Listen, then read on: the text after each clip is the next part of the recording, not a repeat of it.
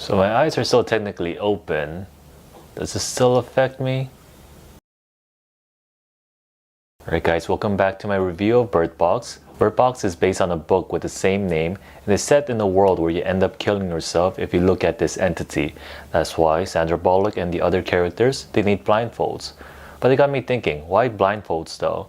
I think darkened sunglasses or darkened goggles, I think that would be more effective, but I guess blindfolds, they look much better in the movie poster. So the movie doesn't occur chronologically. It starts off with Sandra Bullock explaining to the two children's and also the viewers what is happening.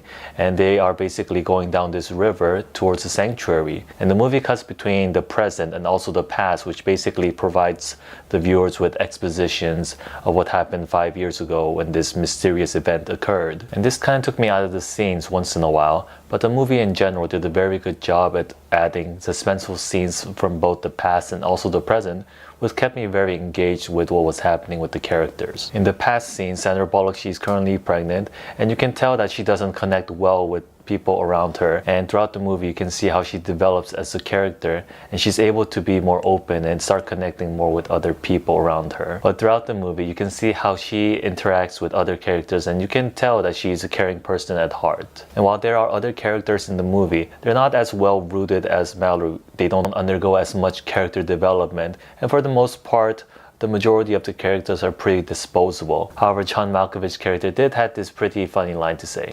Are you a simpleton? One of the things I really enjoyed about the movie was that it didn't shy away from the violence. And because the movie is rated R, the death scenes are very graphic and violent. It's not like some of the movies where the death scenes might sometimes come off as comical, like in the movie The Happening. Every scene and every death that we see throughout the film is very real and very raw, and the character's reaction highlights the severity and the confusion in the film. There's one scene in particular where the characters have to go from one place to another. Was very creative how they used the vehicle's proximity sensor and the GPS. I think the film did a very good job at hiding how the creature looked like, because not only does it add mystery, but it also makes you wonder that if you were stuck in this movie universe, what kind of creature you would be seeing. Overall, I really enjoyed this movie, and it did have a lot of suspenseful scenes. Although the cuts between the past and the present did take me out of the scenes once in a while, each suspenseful scenes were very riveting, and it made you wonder how the characters were going to get out of that particular situation. But the movie seemed to follow the typical end of the world resolution. So if you have an afternoon to kill, it's really not a bad movie to watch. Okay, so that's my review of Bird Box. Thank you for listening. And if you have watched this movie, please let me know how you enjoyed the movie down in the comment section. And I'll see you again next time. Alright guys, have a good day. I hate this already.